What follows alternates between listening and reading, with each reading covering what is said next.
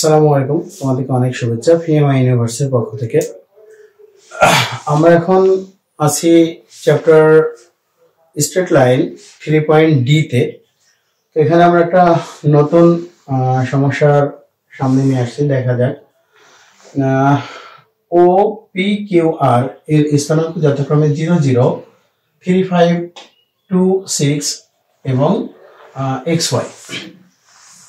Q R বিন্দু দুইটি ওপি রেখার একই পার্শ্বে অবস্থিত যদি আর এক্স, ওয়াই চলমান বিন্দুর জন্য ট্রায়াঙ্গেল ওপিআর ইকুয়াল 2 মাল্টিপ্লাই ট্রায়াঙ্গেল ওপিকিউ শর্ত প্রযোজ্য হয়, তবে প্রমাণ করো আর বিন্দুর সঞ্চার পথের সমীকরণ এটা।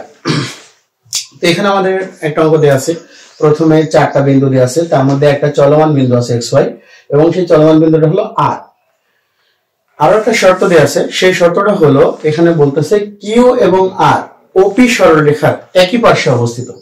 আচ্ছা, এই ওপি সরলরেখার একই পার্শ্বে অবস্থিত হওয়ার বিষয়টা কি সেটা আমরা অঙ্ক করার সময় বোঝাই বলবো।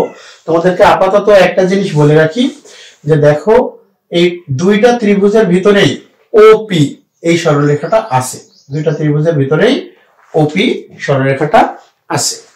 অর্থাৎ এই ট্রায়াঙ্গেল ওপিআর এর ভিতরে ওপি সরলরেখা আছে, ট্রায়াঙ্গেল ওপি কিউ এর ভিতরে ওপি সরলরেখাটা আছে। ওকে, তাহলে বলছে যে যদি আর এক্স ওয়াই চলমান বিন্দুর জন্য এই শর্তটা প্রযোজ্য হয়, তবে প্রমাণ করো যে আর বিন্দুর সঞ্চার পথের সমীকরণ এটা হবে। আমাদের এখানে ত্রিভুজের ব্যাপারে একটা শর্ত দেওয়া আছে, আর বলা আছে যে কিউ ও আর একই পার্শ্বে অবস্থিত ওপি রেখা, সেই বিষয়ে আমরা একটু পরে কথা বলবো। আচ্ছা, তো আমরা এখানে শর্ত যেটা দেওয়া আছে সেটা দিয়েই শুরু করি। এখন ট্রায়াঙ্গেল ও P R equal 2 into triangle ও পি কিউ। আমরা এখানে ক্ষেত্রফল নির্ণয়ের সূত্রটা ব্যবহার করবো, হাফ 0, 0। আমরা পি এর জন্য লিখতে পাচ্ছি 3, 5, আর এর জন্য এক্স ওয়াই अगेन 0, 0। ক্ষেত্রফল নির্ণয়ের যে সূত্রটা আমরা চ্যাপ্টার 3.b তে করে আসছি বারবার। তাহলে 2 ইনটু হাফ মডুলাস, এটা হচ্ছে 0, 0, পি এর জন্য 3, 5, কিউ এর জন্য 2, 6, 0, 0। এই হচ্ছে আমরা লিখলাম, সেটা হচ্ছে half multiply 0 plus 3y plus 0 minus 0 minus 5x minus 0। আমরা এই এই হাফটা আমরা কেটে দিতে পারতাম, হাফ কেটে দিলাম, তাহলে এটা হচ্ছে 2। এদিকের ক্যালকুলেশন আমরা 0 plus 18 plus 0 minus 0 minus 10 and minus 0 again।